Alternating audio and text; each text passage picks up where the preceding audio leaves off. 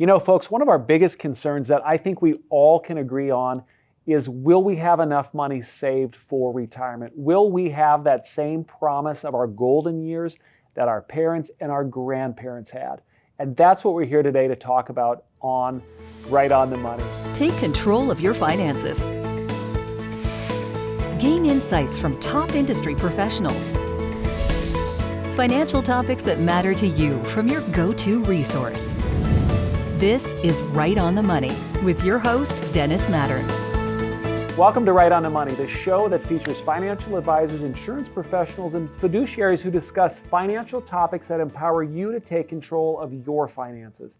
I'm your host, Dennis Mattern, and today I'm joined by Erik Bowman, owner of Bowman Financial Strategies. Erik, great to have you here, sir. Thanks for having me, Dennis. Good to talk to you. If you've watched the show before, you know that Erik has been a frequent guest. And in fact, the reason we're here today is you have a book coming out. I do. The Retirement Tax Revolution. Congratulations, sir. Oh, I'm covering part of it with my big old mitt there, but a beautiful cover, awesome book.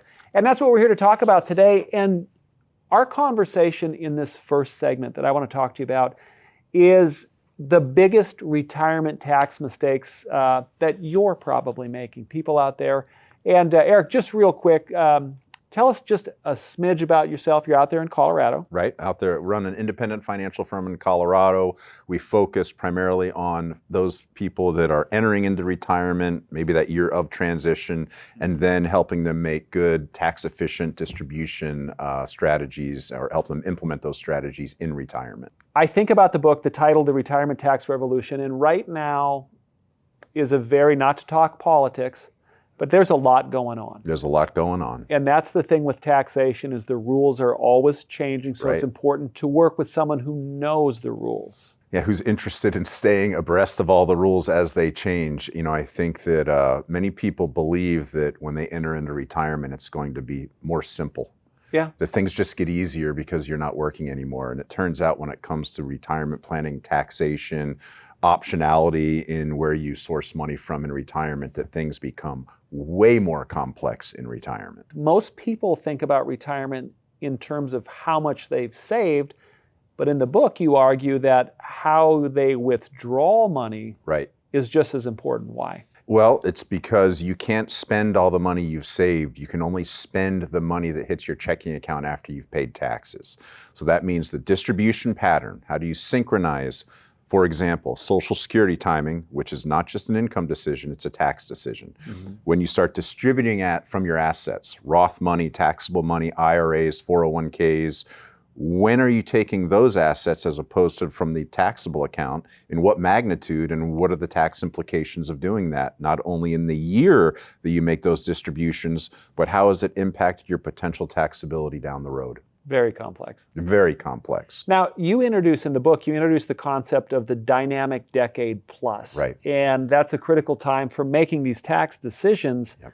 What makes this period so important? So that dynamic decade, once again, when you're entering into retirement, many people think my taxes will be lower, I'll be on autopilot, I won't need to think about it. The reality is the exact opposite. The most complex financial matters are ahead of them, not behind them. For example, when you're working and maybe you're raising a family, they're withholding taxes from your paycheck. There's not a lot of different things you can do during those working years to impact your taxes. You know, you save into a 401k potentially to reduce the taxable income that year to build up that bucket of money. But the reality is you're focused on, cleats for the kids, college for the kids as they're aging, things like that. Now we enter into this dynamic, it used to be the dynamic decade, age 62 to 72, and then they changed the required minimum distribution ages out to 73 and actually out to 75 for some people. So I call it the dynamic decade plus. What are all of the complex issues you now have to contend with in retirement? Number one, you may have 3 different types of investment accounts with 3 different types of taxability, with optimal use of those in different time frames that you may never have even thought about before. You have to file for Social Security at some point between 62 and age 70. And if you're married, that can lead to thousands of potential iterations of Social Security filing when you take into account spousal benefits. Then we have Medicare at age 65. Medicare at age 65, a lot of misunderstandings of what it actually does. It's health care for seniors, health insurance for seniors, but there's a lot of options, and most people are very confused when they first hear about those options, so trying to simplify that.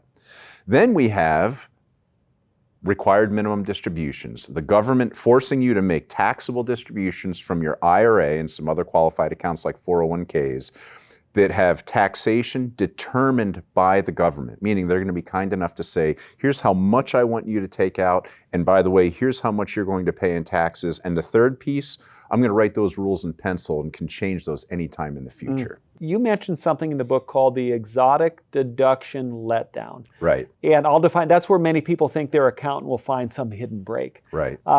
Why doesn't that usually happen? Under current law, it's because the standard deduction is very robust, and most people could not come up with those additional deductions that in aggregate would exceed the current standard deduction, because they roughly doubled the standard deduction back in 2017 in the Tax Cuts and Jobs Act.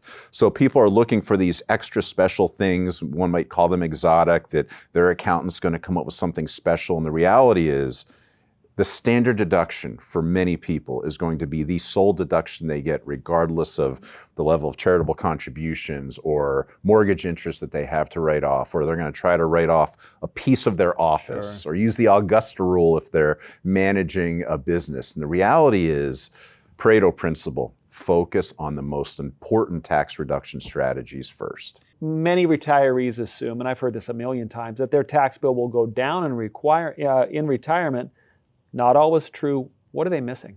What they're missing is, do you plan on lowering your standard of living when you enter into retirement? And if that answer is no, as a matter of fact, when I talk to clients and the public, I do presentations, I'd say, is there anybody who consciously wants to lower their standard of living in retirement? And nobody raises their hand and says, that's what I want to do.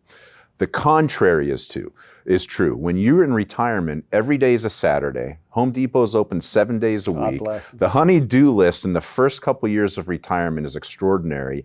And now you're not working saved you money because you didn't have time to travel. Now you want to travel, you want to see the grandkids, you want to help with college. There are so many additional large ticket items that become available to you now that you have the time.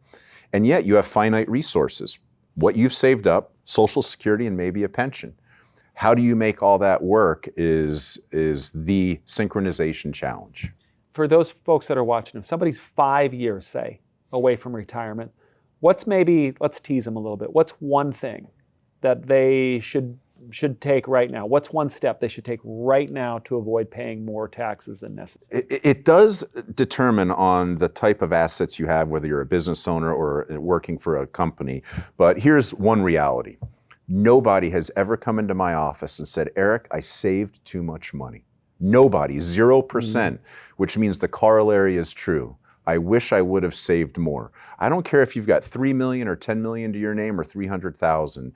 Having more money will make your decisions easier. Those with higher assets tend to have higher income needs, higher expenses. Somebody with more modest assets typically has lower expense needs. But in their relative world they're in, they always wish they had more money. A little more margin of error. Yep. All right. Okay, so coming up, folks, Eric is going to reveal, I'm excited about this, a little-known tax trap that could leave retirees paying taxes at nearly 50% on some of their income. It's called the tax torpedo, and you might be walking right towards it. Stay tuned, don't go away.